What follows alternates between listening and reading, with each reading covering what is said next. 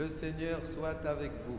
Et avec votre esprit. Lecture de l'Évangile de Jésus-Christ selon saint Matthieu. Gloire à toi, Seigneur. En ce temps-là, Jésus prit la parole. Venez à moi, vous tous qui peinez sous le poids du fardeau. Et moi, je vous procurerai le repos. Prenez sur vous mon joug. Devenez mes disciples, car je suis doux et humble de cœur, et vous trouverez le repos pour votre âme.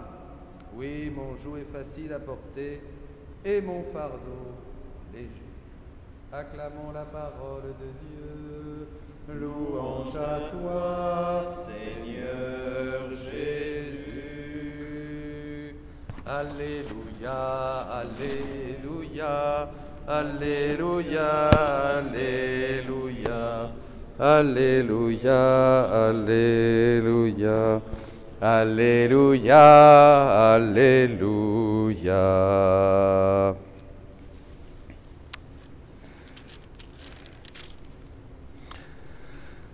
Levez les yeux, regardez qui a créé tout cela. Celui qui déploie toute l'armée des étoiles et les appelle chacune par son nom. Si grande est sa force. Et telle est sa puissance que pas une seule ne manque. Alléluia. Que de trésors, mes amis. Que d'inépuisables vérités nous puisons dans la divine volonté. Je partageais avec quelqu'un, c'est inépuisable. C'est comme une source qui jaillit, plus on entre dans cette mer de la divine volonté, plus nous nageons au milieu des choses du ciel. Vous vous rappelez comme saint Paul disait, cherchez les choses du ciel. Bien, dans Colossiens 3, eh bien là c'est comme si les choses du ciel se déploient devant nous. Il suffit de puiser. Et aujourd'hui, il y a évidemment un très bel enseignement, mais ce n'est pas exhaustif, c'est-à-dire que, voilà, je vais vous partager certaines choses, mais sur ce thème que le Seigneur ouvre dans l'Évangile, au chapitre chez Matthieu, là, eh bien, c'est inépuisable. Chapitre 11 de Matthieu, c'est inépuisable.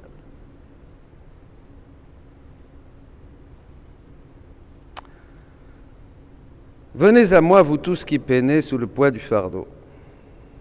Je vous procurerai le repos. Premier point. Très important. Dieu ne se repose plus. Dans Genèse 2, il est dit qu'après avoir créé le ciel et la terre et avoir créé l'homme, le 7e jour, Dieu se reposa. Évidemment, il se reposa puisque l'homme qui récapitulait toute la création était le paradis de Dieu. Donc Dieu se reposait dans sa créature, dans un cœur à cœur, dans un face à face, face à face, bon, question de la vision, mais disons dans un cœur à cœur, il était avec Dieu. L'homme était avec Dieu et Dieu était avec l'homme, son paradis, son joyau, sa créature, son tout.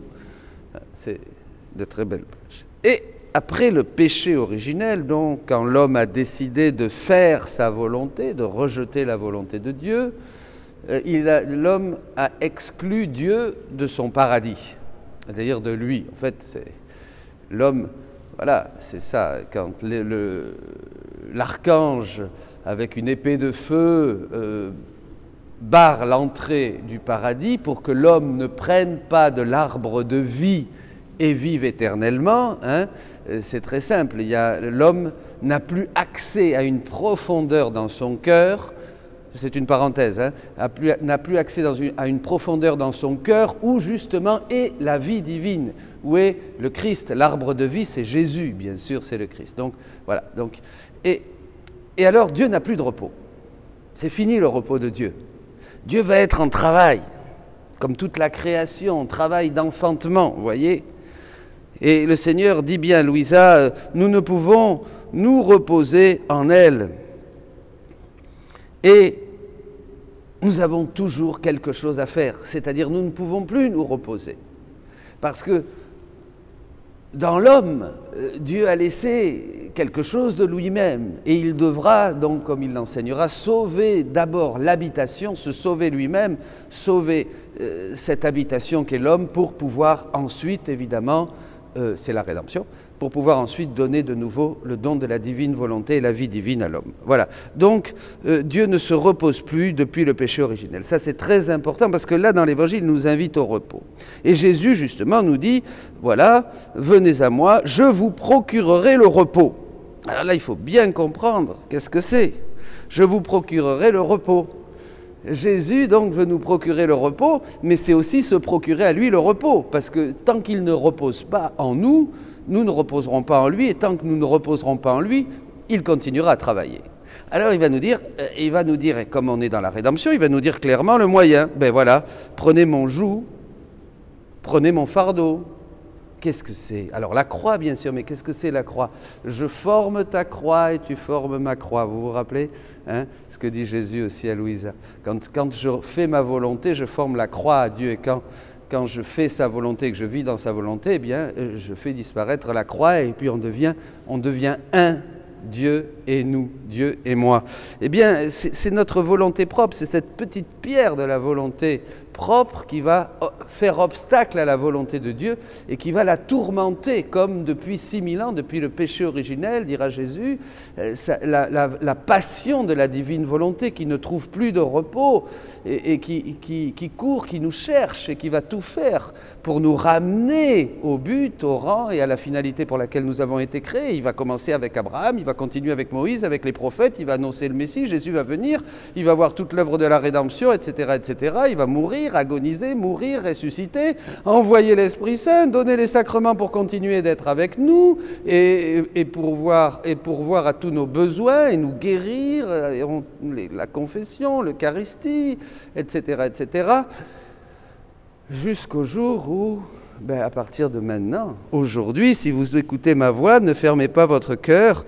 Le repos, c'est pour aujourd'hui, parce que nous allons commencer à faire des actes dans la divine volonté. Et ça, c'est très important. Vous avez un très beau texte au volume 14, le 11 septembre 1922, où Jésus dira très bien « C'est pourquoi je désire tellement que la manière de vivre dans ma volonté soit connue. » Nous ne pourrons jamais dire que l'œuvre de la création et celle de la rédemption sont achevées si nous ne voyons pas tous les actes des créatures être le prolongement de notre volonté pour ainsi nous donner le repos. Vous voyez? C'est formidable. C'est-à-dire, c'est dans la mesure où on va commencer à faire des actes dans la divine volonté que Dieu va commencer à se reposer. Et que peu à peu, nous allons le voir dans un autre texte, celui-là je ne le mettrai pas, mais je vous invite à le lire tout à l'heure, enfin plus tard, c'est au volume 31, au 25 septembre 1932, sur l'abandon. C'est lumineux, c'est lumineux. Alors, donc, voilà, je vais renoncer à ma volonté propre, c'est-à-dire à trouver une finalité humaine dans mes actes, que ce soit manger, que ce soit boire, que ce soit travailler, que ce soit prier, que ce soit faire ceci, que ce soit faire cela. Je vais renoncer à une finalité humaine dans mes actes, c'est ça, pour dire, viens divine volonté, le faire en moi, et laisser la priorité à la divine volonté pour qu'elle règne dans mes actes, pour qu'elle soit, qu'elle génère, qu'elle continue et qu'elle termine tous mes actes. Vous voyez, donc c'est une attention continuelle, c'est un travail continuel, mais c'est là où nous allons trouver le vrai repos et le joug du Seigneur, et je dirais même le joug de la vie va devenir léger. Parce que comme disait Isaïe dans la première lecture aujourd'hui, il va nous porter et nous ne nous fatiguerons plus. Vous comprenez? C'est ce que dit Isaïe aujourd'hui dans cette belle lecture. Et Jésus dit, pour connaître le vrai repos, il est nécessaire que l'on commence à placer tous ces actes, nos paroles, notre amour, nos désirs, dans sa volonté. Ça, c'est le vrai repos. Ça, c'est le vrai repos, mes amis. Alors, maintenant que nous avons planté ce cadre, évidemment, c'est ça qu'il faut faire connaître au monde d'aujourd'hui, à l'Église d'aujourd'hui, aux gens d'aujourd'hui. C'est ce qu'il faut prêcher dans les paroisses, dans les familles. C'est ce qu'il faut faire parce que c'est le seul repos. C'est ce dont a besoin l'Église aujourd'hui. Il n'y aura rien d'autre que ce don du Saint-Esprit prodige des prodiges, le plus grand don que Dieu a fait à l'humanité, le don de la vie dans sa divine volonté, l'accomplissement du Notre Père, c'est pour aujourd'hui. Alors ça, c'est important. Alors, maintenant, on va terminer avec ça. Quand je vous disais que c'est inépuisable, c'est vrai, c'est une source.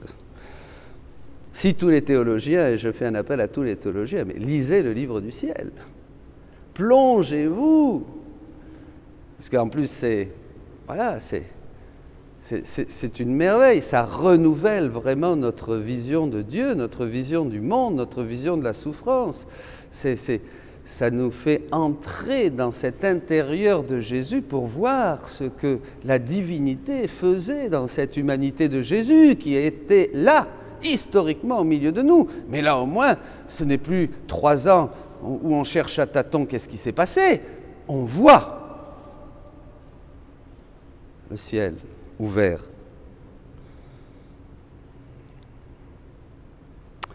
Ma fille, au volume 27, 16 septembre 1929. Il n'y a d'ordre, de repos et de vie véritable que dans ma divine volonté. Le terme, c'est plus le fiat divin. La divine volonté, c'est le moteur de Dieu. Le fiat, c'est le qu'il soit fait. C'est Jésus, c'est celui qui fait, qu'il soit fait, que la lumière soit. En fait, la vie de chaque créature, son premier acte de vie est formé dans le sein de son Créateur. Bon, ça, c'est, comprenez, c'est comme dans le sein de la maman. Voilà. On est d'abord dans le sein de Dieu, où on est depuis toute éternité dans le Christ. Puis, comme une naissance, nous sortons à la lumière. Donc, il y a vraiment un enfantement. Dieu nous donne la vie et nous sortons à la lumière. Et nous existons dans le temps.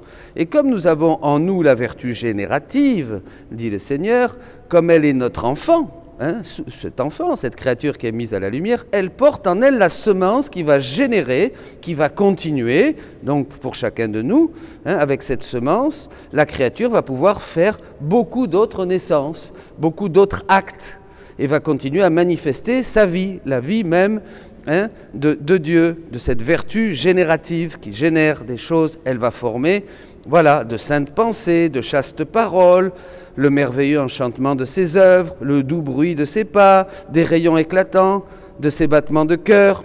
Voilà, vous comprenez? En fait, l'homme est fait pour, comme Jésus, rayonner Dieu. C'est ce que faisait Adam. Rayonner Dieu. La divine volonté régnant en nous, dominant tout en nous, nos pensées, nos paroles, nos pas, nos œuvres, notre respiration, les battements de notre cœur, tout ça, ça crée d'autres vies divines. Vous comprenez? D'autres vies divines. Voilà, des vies divines qui se multiplient, d'une beauté et d'une fécondité infinie. Voilà, c'est ce que fait. Alors voilà, donc... Et comme ces naissances sont formées des créatures, vous voyez, c'est les créatures, c'est nous qui formons ces choses-là grâce à la divine volonté. Comme ces naissances sont formées des créatures, elles vont leur chemin pour monter vers le Créateur. Là, ça remonte. Ah ben là, ça remonte. C'est l'ascension. Vous voyez? Ah là, ça va vers Dieu, évidemment. Pour former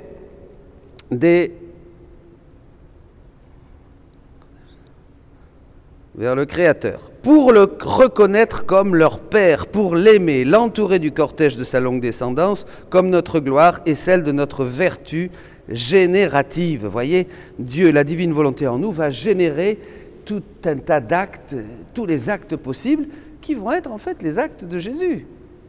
C'est comme Jésus. Jésus, quand il était sur terre, tous ses actes étaient divins, puisqu'il n'avait d'autre nourriture que de faire la volonté de celui qui l'avait envoyé, dit-il. Donc, l'humanité de Jésus était complètement immergée dans la divine volonté du Verbe incarné, du Verbe. Vous voyez? Bon. Mais pour que notre vertu générative soit féconde, et c'est là où il faut bien ouvrir les oreilles, il faut que notre divine volonté domine dans la naissance qui sort de nous. Autrement, il y a le danger d'être transformé en brute, nous, et de perdre la vertu générative du bien. Et si elle génère, c'est pour générer les passions, les faiblesses et du vice. Et non seulement il leur manque la vertu pour pouvoir monter vers nous, mais au contraire, ces naissances sont condamnées comme ne nous appartenant pas. Travaillez tant qu'il fait jour, dit le Seigneur. Donc le Seigneur nous donne tout, cette divine volonté maintenant est prête et désire qu'une seule chose, c'est se reposer en nous et œuvrer avec nous pour que de cette union de la vertu générative de la divine volonté avec notre petit acte, ça sorte des vies divines, de nouvelles choses qui sont le fruit de cette union entre Dieu et l'homme.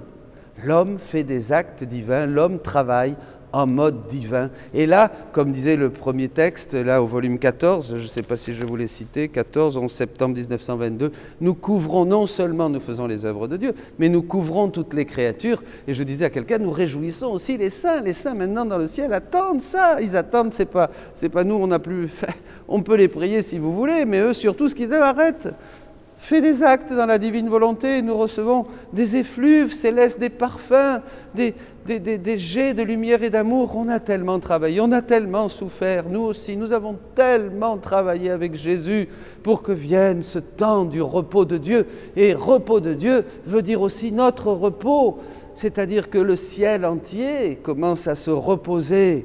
Et la création tout entière qui attendait dans les douleurs de l'enfantement la révélation des fils de Dieu, eh bien, manifeste aussi tout son bonheur et toute sa joie. Bien, mes amis, voilà. Venez, allez à Jésus, il est notre repos, il veut se reposer en nous, nous reposer en lui, et à partir de là, tout devient possible. Alléluia.